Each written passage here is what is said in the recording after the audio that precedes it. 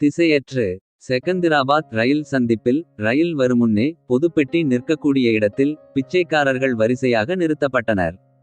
சீருடையில்லா காவலர்கள் கண்காணிப்பில் தரகர்கள் ஒழுங்குபடுத்தி கொண்டிருந்தனர். இவர்களை எங்கே கொண்டு செல்லப் போகிறார்கள் என்று எவருக்கும் தெரியவில்லை. வெங்கட்டம்மா கெஞ்சும் குரலில் இவர்களை அழைத்து வந்த தரகரிடம் கேட்டாள். தரகர் காவலரை காட்டி அவரிடம் கேட்கச் சொன்னார். காவலர் முறுக்கு மீசையுமாய் மிரட்டும் கண்களுமாய் நின்றிருந்தார். அவரை பார்க்கவே அச்சமாக இருந்தது. அவரிடம் எப்படி கேட்பது? அவர் லத்தியால் அடித்தாலோ லத்திகுண்டு ஒரு தள்ளு தள்ளிவிட்டாலோ உயிர் போனால் பரவாயில்லை, கை கால் இடுப்பு ஒடிந்துவிட்டால் பிச்சை எடுக்கக்கூட ஓரிடம் விட்டு இன்னோரிடம் நகர முடியாதே, எங்கோ குப்பைமேட்டிலோ சாக்கடை பள்ளத்திலோ விழுந்து புழுத்து அழுந்தி சாக வேண்டியதுதான். இந்த நினைப்பே பேரச்சத்தையும் பெருங்கவலையையும் உண்டாக்கியது. இதே நிலைதான் வெங்கட்டம்மா முதல் கொண்டு மெகுருனிசா பேகம் வரை பேதம் இல்லாமல் விரவி இருந்தது. ராமா கிருஷ்ணான்னு பாக்கியலட்சுமி கோயில் முன்னால கையேந்தி வந்தனமும் வாழ்த்தும் சொல்லி 4 காசு பிச்சை வாங்கி பிழைத்தோம். சார்மினார் பார்க்க வர்றவங்களும் பாக்கியலட்சுமியை தரிசனம் செய்ய வர்றவங்களும் தானம் தர்மம் செய்வாங்க. யாரோ அமெரிக்காவில இருந்து ஜனாதிபதி மக வர்றாளாம். அந்த மகராசி மூலமா அரசாங்கத்துக்கு நிறைய உதவி கிடைக்குமாம். நிறைய சலுகைகளும் தொழிலும் கிடைக்குமாம். அதனால அந்த மகராசி வந்து போறவரைக்கும் இந்த ஐதராபாத் பட்டினத்தில பிச்சைக்காரங்களே கண்ணிலே படக்கூடாதாம். இந்த மாநிலத்தை ஆளுற மவராசன் உத்தரவு போட்டுட்டாராம். ஆமாம், நாங்க கையேந்த கூடாதுன்னு சொல்லி இந்த அரசாங்கம் கையேந்த போகுதாம் என்று நினைத்த வெங்கடம்மா சிரித்து கொண்டாள். ஏய் கிழவி, என்ன மனுஷன் கத்தறது காதிலே விழுகலையா? ரயில் வந்து நிக்கிது, எல்லாரும் ஏறிக்கிட்டிருக்காக, நீ நட்ட நடுவுல நின்னுக்கிட்டு சிரிச்சுக்கிட்டு நிக்கிறியே. பைத்தியம் எதுவும் பிடிச்சிருச்சா? பல்லக்காட்டிக்கிட்டு நிக்கிறியே என்று காவலர் திட்ட சுதாரித்து அவரிடம் சென்றாள் வெங்கட்டம்மா. ஐயா, புண்ணியம் கிடைக்கட்டும் உங்களுக்கு. தலை சுற்றி கண்ணு இருட்டிக்கிட்டு வருது. கொஞ்ச நேரம் உட்கார்ந்து ஆஸ்வாசப்படுத்திக்கிட்டு அடுத்த ரயில் ஏற்றேன். கொஞ்சம் கருணை காட்டுங்க மகராசா என்று கெஞ்சினாள்.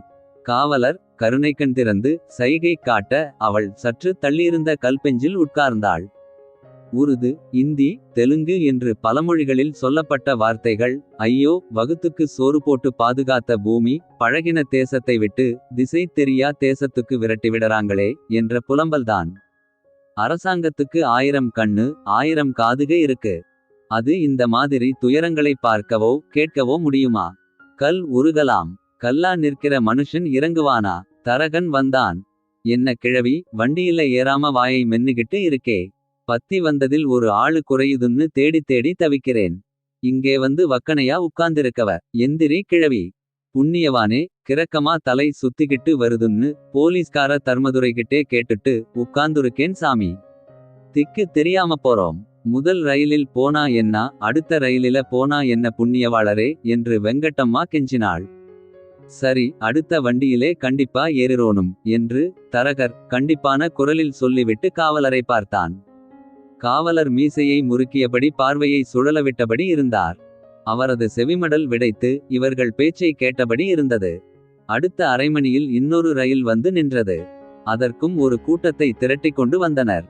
தரகர் வெங்கட்டம்மாவிடம், ஏய் கிழவி, இந்த ரயிலில் ஏறியா இல்ல பிச்சைக்கார ஆம்பிளைக மாதிரி ஜெயிலுக்கு போறியா என்று அதட்டி பிடரியை பிடித்து தள்ளாத குறையாக விரட்டி ரயில் ஏற்றிவிட்டான். உட்கார இடமில்லை. கழிவறைக்கு போகும் வழியருகே வாகாக சாய்ந்து உட்கார்ந்தாள். முதுகை முட்டு கொடுத்து உட்கார்ந்தது உடம்புக்கு இதமாக இருந்தது. வண்டி குலுக்கலோடு மெல்ல நகர்ந்தது. பிடிமானம் இல்லாததால் பெட்டியின் இரும்பு சுவரில் மீண்டும் நன்கு சாய்ந்து கொண்டாள். ஐதராபாத் நகரை விட்டுப்போவது மனம் ஒப்பவில்லை. பிறந்து வளர்ந்து வாக்கப்பட்டு பிள்ளைகளை பெற்று கணவனையும் பறிகொடுத்து பேரப்பிள்ளைகளையும் காண வாய்த்த கிராமத்தை விட்டு மகனாலும் மருமகளாலும் விரட்டப்பட்டு வந்தபோது ஐதராபாத் நகரல்லவா வாழ மடி கொடுத்தது. உறவு உதறி எரிந்த போதும் வரட்டு கௌரவம் பார்த்து உயிரை விட விருப்பமில்லை. வாழ விதிக்கப்பட்ட உயிரை வாழ்ந்தே தீர்ப்பது என்ற முடிவு தன்னை போன்று நூற்றுக்கணக்கானவர்களை பார்த்ததும் தோன்றியது. சார்மினாரை பார்க்க வருபவர்களும் பாக்கியலட்சுமி கோயிலுக்கு வருபவர்களும் தரும் காசும் தின்பண்டங்களும் வெங்கட்டம்மா போன்ற அபலைகள் உயிர் காத்தது. பிச்சை வாங்கி பிழைப்பது கேவலம்தான். ஆனால் திருடி பிழைப்பதை விடவோ ஏய்ச்சு பிழைப்பதை விடவோ மோசமானதல்ல.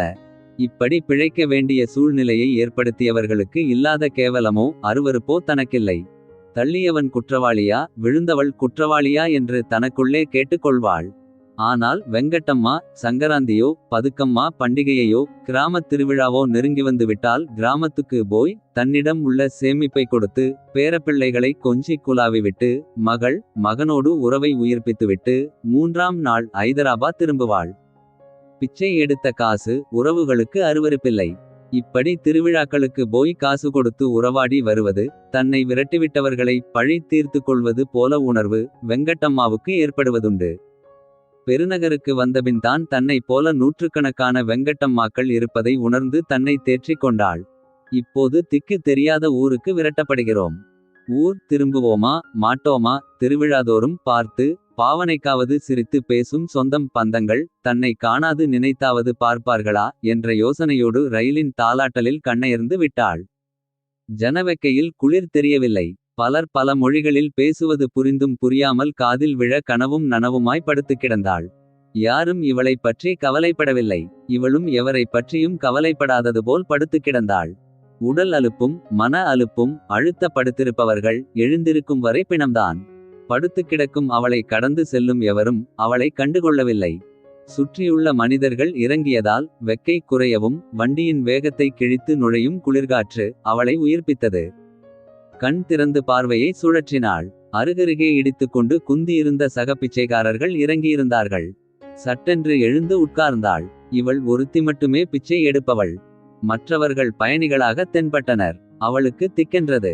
பேச்சு துணைக்கு கூட சகபாடிகள் யாருமில்லையே என்ற ஏக்கம் தாக்கியது. எல்லோரும் இறங்க வேண்டிய இடம் நெருங்கி விட்டது போல் எல்லோரும் இறங்க தயாராகிக் கொண்டிருந்தனர். பெரும் பெரும் கட்டடங்களுக்கிடையே எதிரெதிர் திசையில் ரயில்கள் ஊர்வதும் விரைவதுமாக இருந்தன.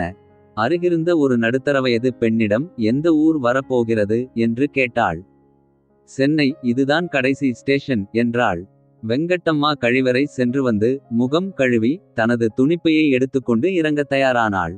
எல்லோரும் இறங்கிய பின் இறுதியாக இறங்கி தனக்கு முன்னே செல்பவர் பின்னே நடந்தாள். பயணிகள் வெள்ளத்தில் மிதந்து ஊர்ந்தாள். தன்னிடம் பேசிய பெண்ணை அடையாளமாக கொண்டு நகர்ந்தாள். வாகன நெரிசலுக்கிடையில் கிடைத்த சந்தில் அந்த பெண்ணை பின்பற்றினாள். சாலையை கடந்த பின் இன்னொரு ரயில் நிலையம் போனாள். பூங்கா ரயில் நிலையம் என்றார்கள். படிகளில் ஏற முயலும் கூட்டம் கண்டு தயங்கி நின்றாள். இதற்குள் தனது அடையாள பெண் கூட்டத்தில் கரைந்து விட்டாள். முன்னோக்கி இழுத்து செல்லும் இலக்கு இன்றி திகைத்து நின்றாள். பசி கண்ணை கட்டியது. சிலர் போவோர் வருவோரிடம் கையேந்துவது கண்டதும் உறவினர்கள் சுற்றியிருக்கும் தெம்பு வந்தது. இவளும் மெல்ல கையேந்தி தெலுங்கில் கெஞ்சியபடி படி ஏறினாள். திடீரென்று கரை நோக்கி வரும் அலைகள் போல் பயணிகள் வருவதும் கடலுக்குள் திரும்பும் அலைகள் போல் வற்றி போவது போலும் பயணிகள் வரத்தும் போக்கும் இருந்தது. வெங்கட்டம்மாள் கை ஏந்தியபடி மாடிப்படிகள் ஏறும்போது கூட்டம் வடிந்திருந்தது. இவள் அனிச்சையாக கையேந்தும் போது அவள் முன்னால் ஒரு வயதான பெண் ஒற்றைக்காலோடு அம்மா என்று கையேந்தி இருந்தாள். வெங்கட்டம்மாவுக்கு வெட்கம் வந்துவிட்டது. பிச்சைக்காரியிடமே பிச்சை கேட்டுவிட்டோமே என்று ஒரு கணம் உறைந்து நின்றாள். இந்த நொடிபொழுதில் ஐயோ பாவம், பசிக்கிறக்கம் போல இந்தாம்மா இந்த இட்டலி பொட்டலத்தை சாப்பிடு என்று அந்த பெண் இட்டலி பொட்டலத்தை நீட்டினாள். ஐயோ கடவுளே, நீயே கால் முடத்தோடு ஒத்தைக்காலோடு சிரமப்படரே. இவ்வளவு உயரத்தில் படியேறி வந்து உட்கார எம்புட்டு சிரமப்பட்டு இருப்பே. உங்கிட்ட வாங்கறது எவ்வளவு பெரிய பாவம். நீ சாப்பிடம்மா என்று வெங்கட்டம்மா கனிவாகச் சொன்னாள். அந்த பெண் சிரித்தாள். உன்னை மாதிரி நான் ஒத்த பேரி இல்லம்மா. நாங்க பெரிய கூட்டம். எங்காளுகளே எனக்கு சாப்பிடக் கொடுத்து இங்க தூக்கி வந்து உட்கார வச்சிட்டு போயிருவாங்க. இது எனக்கு மத்தியானத்துக்கு திங்கத்தான். நீ தமிழ் தெரியாதவளாக இருக்கே, அதனால இதை சாப்பிட்டுவிட்டு அங்கிட்டு வேற இடம் பாரு என்றாள். அப்படியா அம்மா, நான் உங்க கூட்டத்தோடு சேர்ந்துக்கவா? ஐயோ கடவுளே, உலகம் தெரியாதவளா இருக்கே. இது பெரிய கொள்ளக்கூட்டம் தாயி. தினசரி வசூல் குறைஞ்சா அடிச்சே கொன்னுருவாங்க. நான் மாட்டிக்கிட்டு படறது போதாதா? நீ என்னை மாதிரி சிக்கிக்காம சுதந்திரமா சுத்தி திரி தாயி. இந்தா இட்லியை சாப்பிட்டு பசிக்கிறக்கம் தீர்த்து அங்கிட்டு நட என்றாள் காலிழந்த பெண். என் மனதை பாதித்த இந்த கதை உங்கள் மனதையும் பாதித்திருந்தால் இந்த வீடியோவிற்கு லைக் போடுங்க. மறக்காமல் சப்ஸ்கிரைப் பண்ணுங்க, ஷேர் பண்ணுங்க. நன்றி, வணக்கம்.